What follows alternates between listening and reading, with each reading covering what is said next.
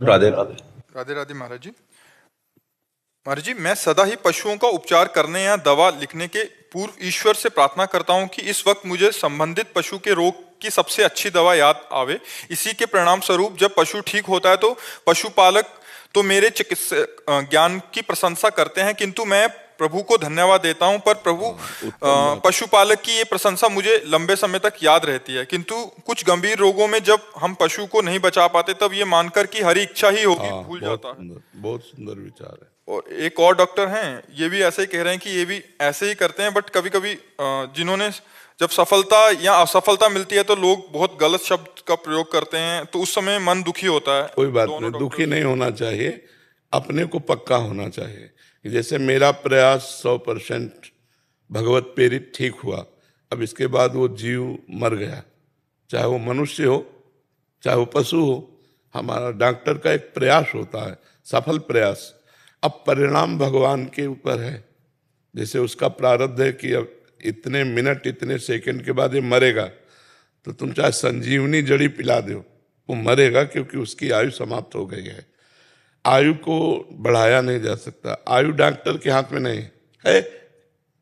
रोग का निवारण करने की क्षमता औषधि में है, लेकिन आयु को बढ़ाने की क्षमता नहीं है। अगर आखिरी श्वास है, आपके इंजेक्शन लगाते लगाते तो आखिरी श्वास ही हो जाएगी।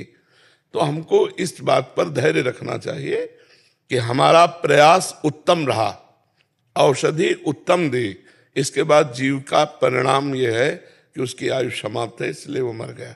हमें दुखी नहीं होना। सामने वाला गाली दे रहा हुआ अज्ञानी है, वो इस विषय को नहीं जानता, केवल वो रोग निवारण के उतने ही विषय को जानता है जितना पढ़ाई की है, जितना अभ्यास किया है, शेष बात नहीं। शेष तो भगवान के ऊपर होता है। जैसे आपने कहा, प्रारंभ में भगवान से कहते हैं कि मुझे रोग की औषधि बताइए, ये बहुत उत्तम बात है।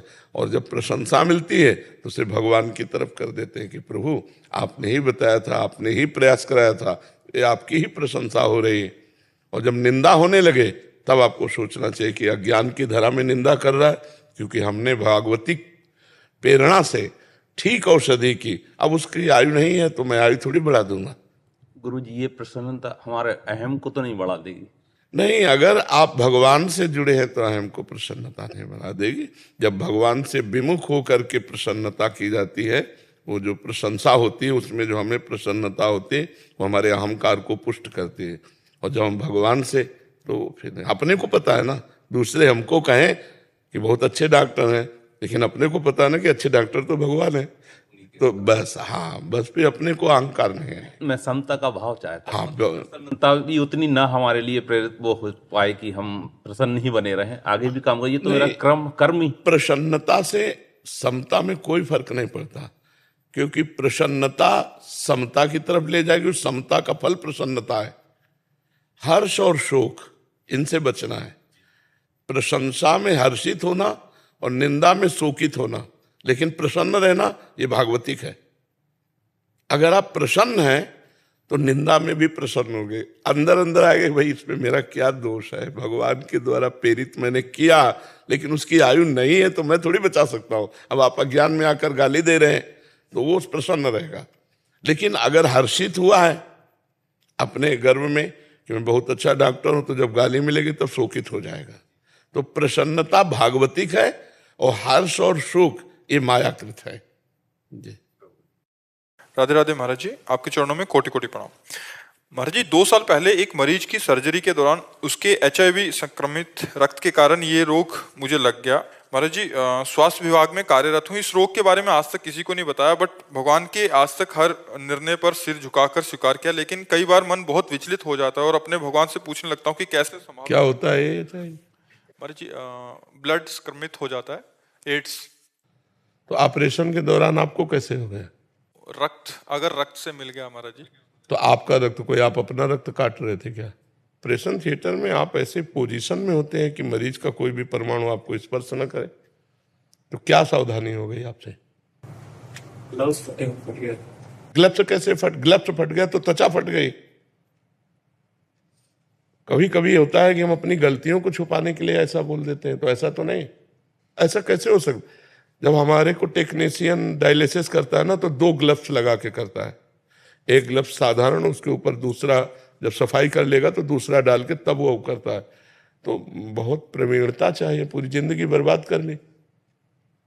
इसके और भी कारण हो सकते हैं, मतलब आपको फाइनल है कि आपका ऑपरेशन में होगा, क्योंकि इससे क्या होगा, ये बात बहुत से डॉक्टर, बहुत से इस मरीजों के दवाइयाँ करते हैं या ऑपरेशन करना पड़े, तो फिर आपकी बात से उन सबको भय हो जाएगा ना। तो मुझे लगता है कि प्रायः बहुत बड़ी बड़ी बीमारियों से मरीज जाते हैं और डॉक्टर अपने को इतना सुरक्षित रख करके करते हैं जिससे वो उनके परमाणुओं से युक्त ना हो। महाराज जी वो हाथ में कट लगा हुआ था और वो हाँ, ऐसी बात तुम्हारी मान सकते हैं कि पहले से कुछ ऐसा, मतलब तो फिर निराश होने की जरूरत नहीं, बहुत औषधियाँ हैं और उस परहेज से चलो, लेकिन ब्याह मत करना। हाँ, ब्याह मत करना, किसी लड़की के जीवन को बर्बाद मत करना। डॉक्टर पदवी प्राप्त करोगे तो ब्याह के लिए तो सब तैयार हो जाएंगे, आपको अपने जीवन में तप करना होगा कि किसी का संसर्ग नहीं, और नाम जप करते हुए परोपकार करो और जीवन भगवान को अर्पित कर दो। ठीक है, मान लो आप तो विवशतावश भगवान को अर्पित कर रहे हो, हम लोगों ने तो आनंद पूर्वक अर्पित किया है कि कभी विषय नहीं भोगेंगे, कभी संसार के सुखों को स्वीकार नहीं करेंगे। सब बड़ी बड़ी पदवी के बच्चे अपनी अपनी सरकारी नौकरी छोड़कर भगवान में, तो ये कोई दुख का विषय नहीं है, दुर्भाग्य का विषय नहीं है। भगवान ने आपको परिस्थिति ऐसी दे दी तो आप बढ़िया अच्छे से चलो, आनंदित होकर, जितने दिन जीवन है मस्त रहो एकदम। औषधि और परहेज दोनों को संभालते रहना, और किसी के संसर्ग में अपना रोग किसी को दान ना हो जाए, ये ध्यान रखना। खान पान व्यवस्था सब भले किसी से न बताओ, लेकिन अपने को बचा के रखो कि कहीं आपका किसी भी तरह से ये संक्रामक रोग दूसरे के शरीर में न चला जाए।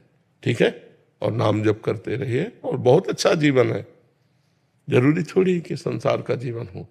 कितने सैकड़ों बच्चे बच्चियां हैं जो भगवान के मार्ग में चल रहे हैं स्वयं से त्याग करके, तो आप इन्हीं कपड़ों में संत हो जाओगे। डॉक्टर ही रहो, दूसरे की सेवा करो, पर अपने मन को संयमित रखो। ठीक है, और कुछ मन में परेशानी? महाराज जी किसी के साथ मतलब कि किसी मरीज को देखते हैं तो डर रहता है कि मेरी वजह से किसी का। हाँ, लेकिन आप वो व्यवस्था है, डरो मत, ऐसी सावधानी रखो, ऐसी व्यवस्था से रहो कि उसको ऐसा ना हो। ये बिल्कुल ठीक बात है, और कभी डिस्टर्ब मत होना। मान लो इसको ज्यादा गाढ़ चिंतन करोगे तो लगेगा जीवन ही छोड़ दे। एक मन को संभालता हूँ, कई बार उलझ जाता हूँ बिल्कुल। हाँ, तो इसीलिए मस्त रहो, मस्त जीवन रखो, मतलब ज्यादा नहीं तो फिर डिप्रेशन में पहुंच जाओगे, फिर आपको डॉक्टर की जरूरत पड़ेगी। कुछ नहीं है, प्रारब्ध भोग है, प्रारब्ध आया है चला जाएगा, कुछ नहीं बिगाड़ सकता। तो भगवान की कृपा आपको प्राप्त होगी, क्योंकि आप सत्यता से चल रहे हो, अपने प्रारब्ध को भोग रहे हो, तो भगवान की कृपा प्राप्त होगी। ठीक है, अच्छे बच्चे हो, निराश मत हो। देखो हमारी दोनों किडनी फेल है, हम निराश हो तो पड़े ही रहे। डायलिसिस होता है, रोज डायलिसिस होता है, फिर हम आनंदित रहते हैं। जैसे जैसे प्रभु रख रहे हैं वैसे वैसे हम रह रहे हैं। आनंदित होने के कारण हमारे शरीर पर उसका कुप्रभाव नहीं पड़ रहा।